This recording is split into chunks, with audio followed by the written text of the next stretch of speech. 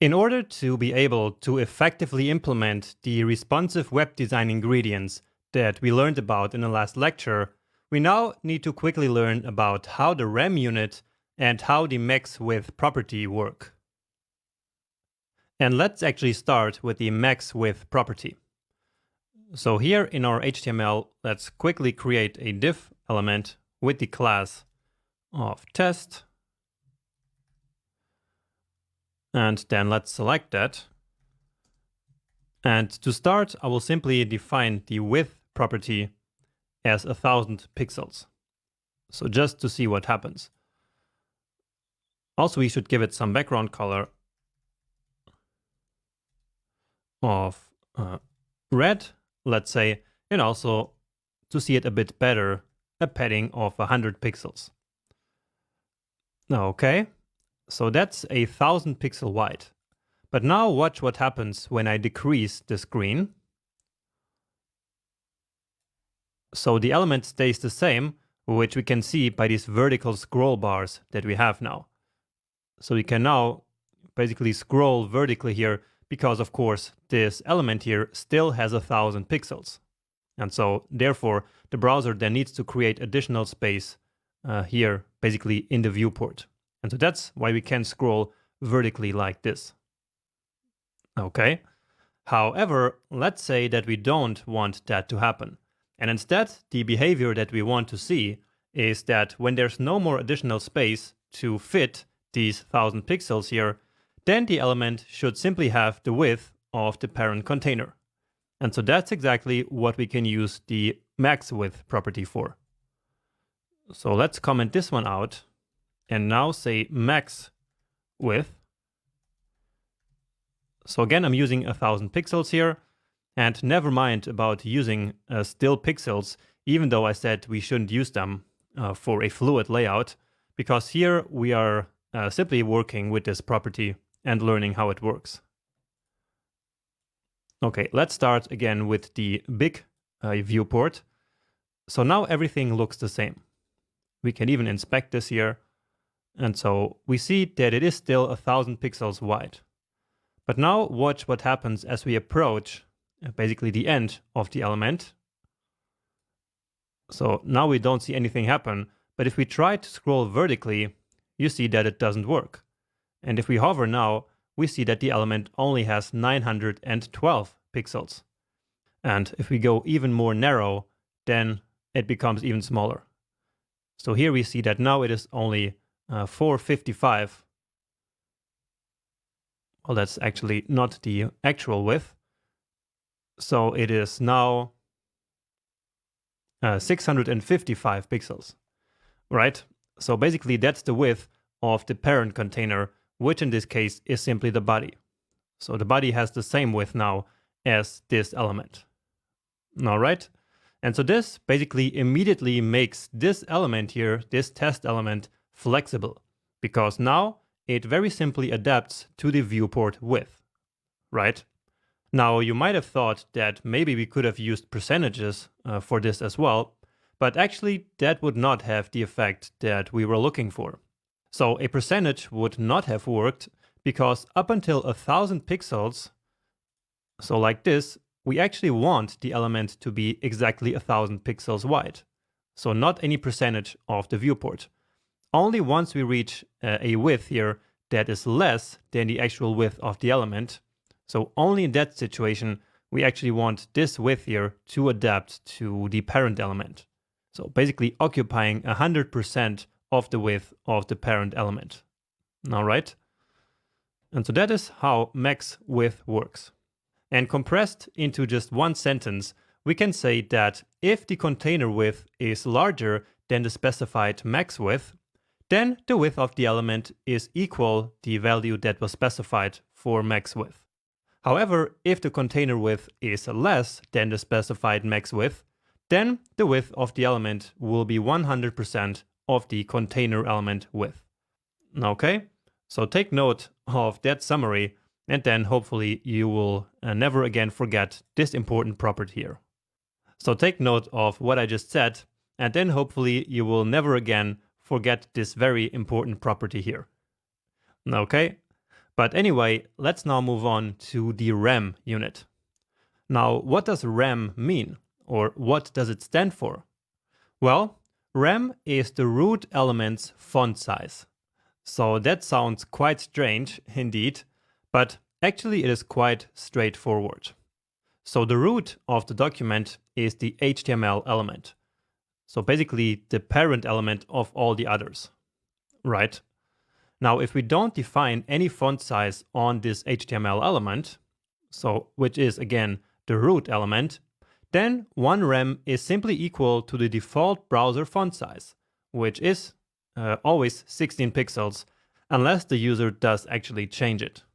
So let me actually demonstrate that to you here. And again, using the same example. So I'm going to use max width again. So let's say 500 rem. Okay, so what do you think the width here will be? Well, remember that by default, 1 rem is equal to 16 pixel, right? And again, that's because we did not specify any font size on the HTML element, and so therefore the default font size of 16 is taken. So 1 rem equals 16 pixels. And so therefore here, this 500 rem will be, well, let's do the calculation. So 16 times 500, so 8,000. No, and actually I just wanted 50 rem. So 50 rem would be 800 pixels, right? So let's give it a save, and then let's go check it out. And so here we can immediately see right here that it has a width of exactly 800 pixels, right? And so that works. Now, you might find it strange that we define length in our design based on some font size, right? But actually, that is exactly where the strength of the RAM unit lies, because then we can simply change the font size on the HTML element, and that will then automatically change all the length that are defined anywhere in our CSS with the RAM unit, right? So let me give you some more example here. So let's just give this here some white color and give it a font size. So let's say 10 rem, or well, maybe just 2 rem actually. So 2 rem will be 32 pixels, right? So let's check out, and indeed, that's right. Also, here we have another unit. Let's move that down. And this one we can also specify in rem. Here, let's say 4 rem. And so 4 rem would be 64 pixels, right? So let's confirm all that. So indeed, we have 64 pixels here of padding. Then the width is, again, as we see, 800 pixels. And then as for the font size, here it is specified, of course, in rem. But I showed you before that we can come here to the computed tab. And if we then change for font size here, it will actually be the real one in pixels. So as it is displayed on the screen. So here it's already converted to pixels, right?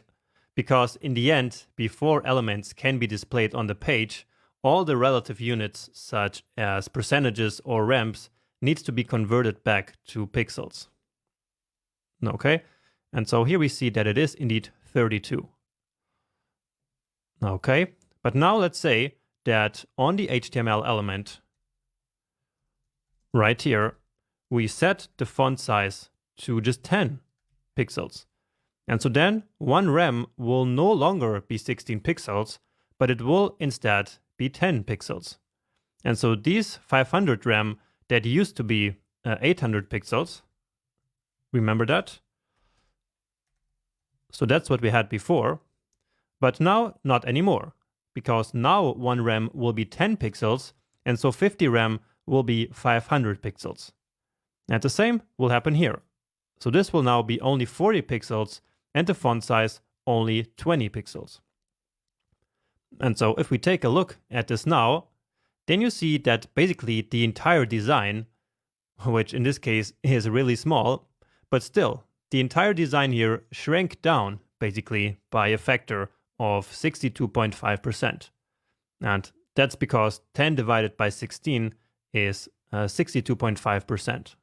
But that percentage doesn't really matter here. What matters is that by changing the font size, we can completely change the entire layout.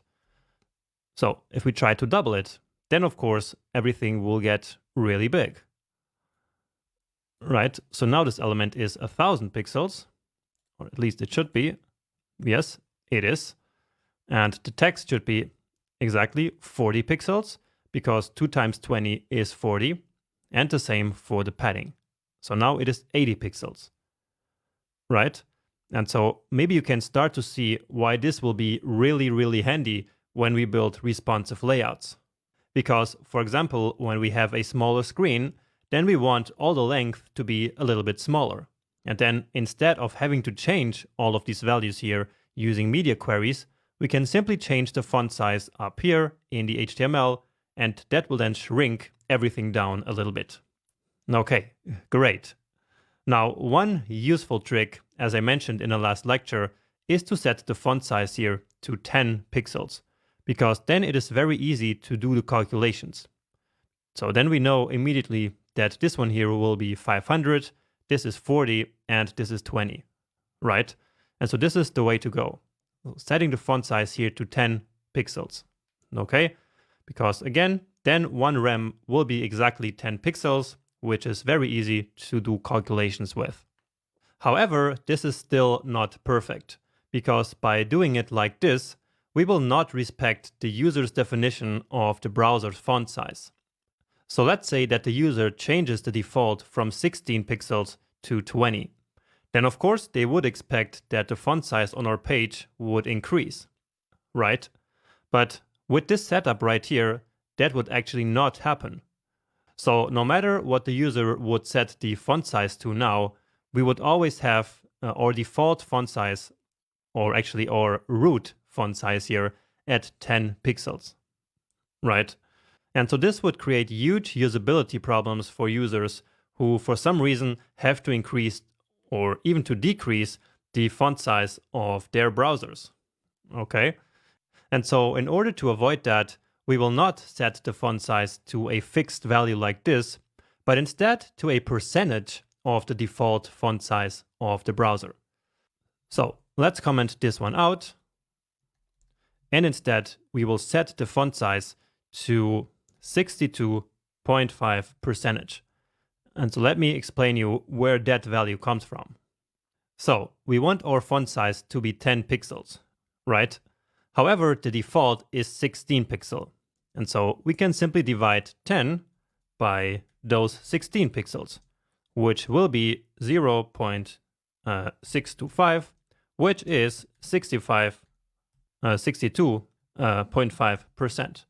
And so that's exactly this value here, right?